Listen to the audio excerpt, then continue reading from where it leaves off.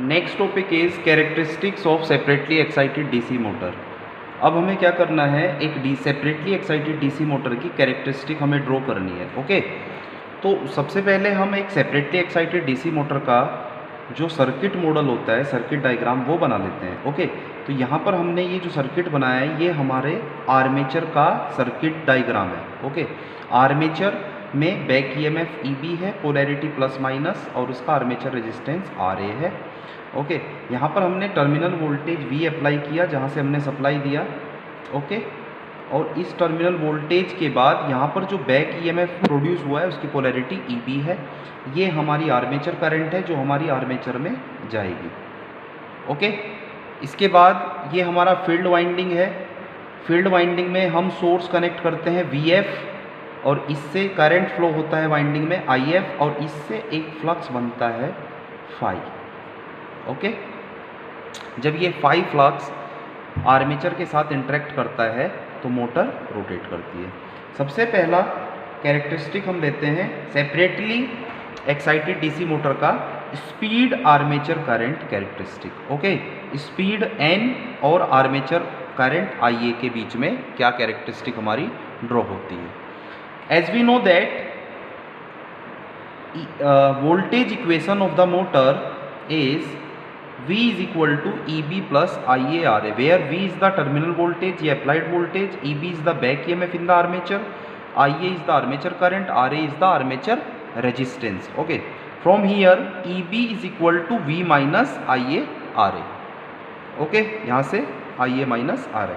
Also EB is equal to NP phi Z by 60A, where P, Z and A are constant.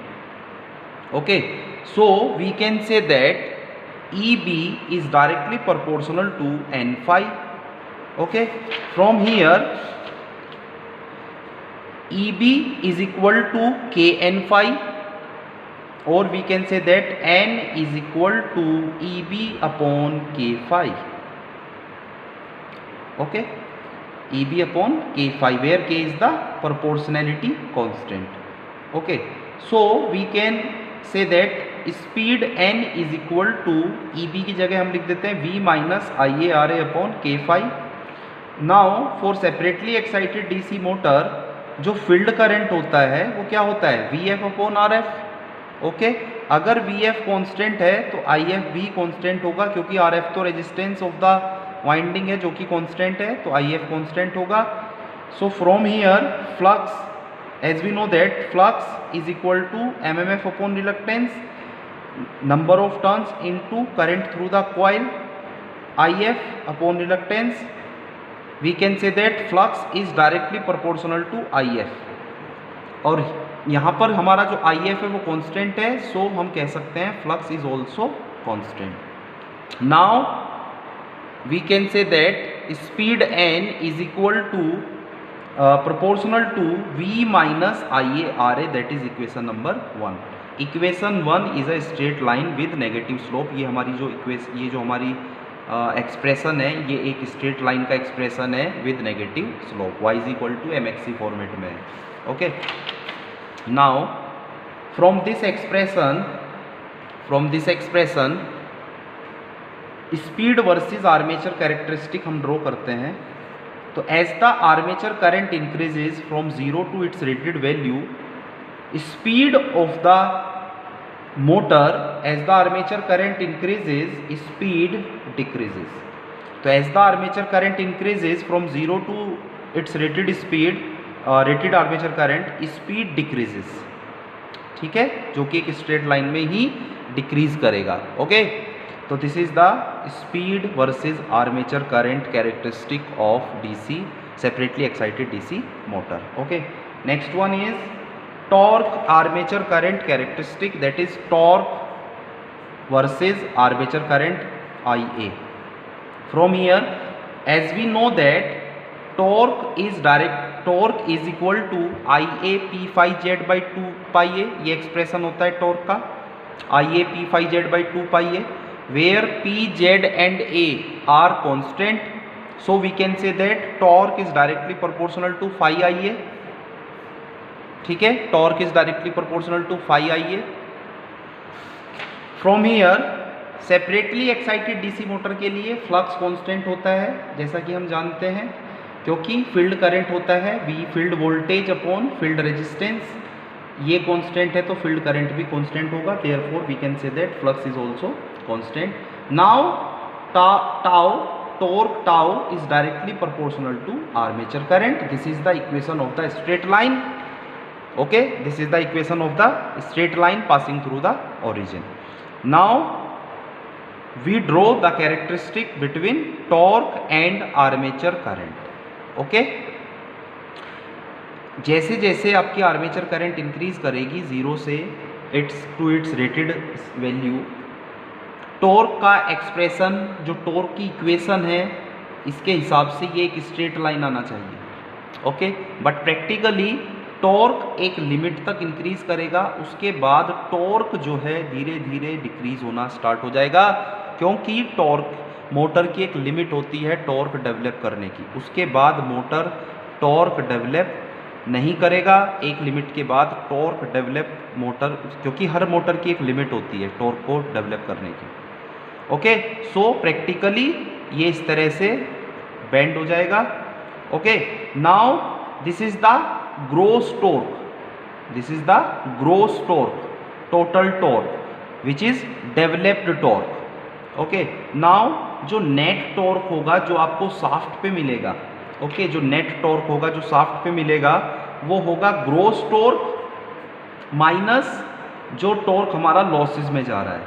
हमारे motor में दो तरीके का torque का loss होता है. जो नेट टॉर्क होगा वो ग्रोस टॉर्क में से माइनस हो जाएगा losses, that is Tf plus Tw, where Tf is called frictional torque and Tw is the windage torque. Frictional torque is due to the friction on the shaft, ठीक है, by the contacts. जिन दो contact पे shaft हमारी टिकी रहेगी उन दोनों contacts के फ्रिक्शन की वजह से कुछ हमारा टॉर्क वहाँ पे लॉसेज होगा. ओके, सिमिलरली एक होता है विंडेज टॉर्क, जो हमारा कोई भी आर्मेचर हमारी रोटेटिंग है, ठीक है, तो उस पर हमारा एयर विंड जो है एक अपोजिट डायरेक्शन में टॉर्क डेवलप करेगा, जिसको ओवरकम करेगा हमारा डेवलप्ड टॉर्क में से कुछ पार्ट हमारा विंडेज में लॉस हो जाएगा, और जो हमारा ये मिलेगा this is the net torque. तो this is the torque armature current characteristic of separately excited DC motor. Okay, now next one is the torque speed characteristic. Torque speed characteristic. So as we know that speed is equal to V minus IARA. Speed is proportional to V minus IARA. Okay, so from here also we know that torque is directly proportional to armature current. हमारे पास दो ये expression है, इन दोनों को use करके हम torque speed characteristic draw करेंगे. ओके, एक तो स्पीड वर्सेस आर्मेचर करंट, एक टॉर्क वर्सेस आर्मेचर करंट, और हमें निकालना है torque versus speed. Okay, so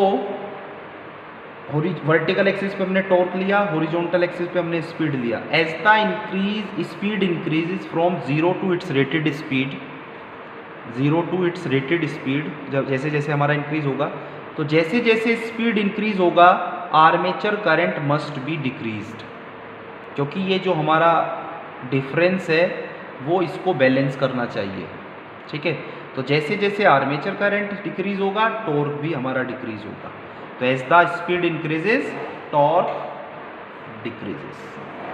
okay, clear है. तो this is the torque speed characteristics of separately excited DC motor.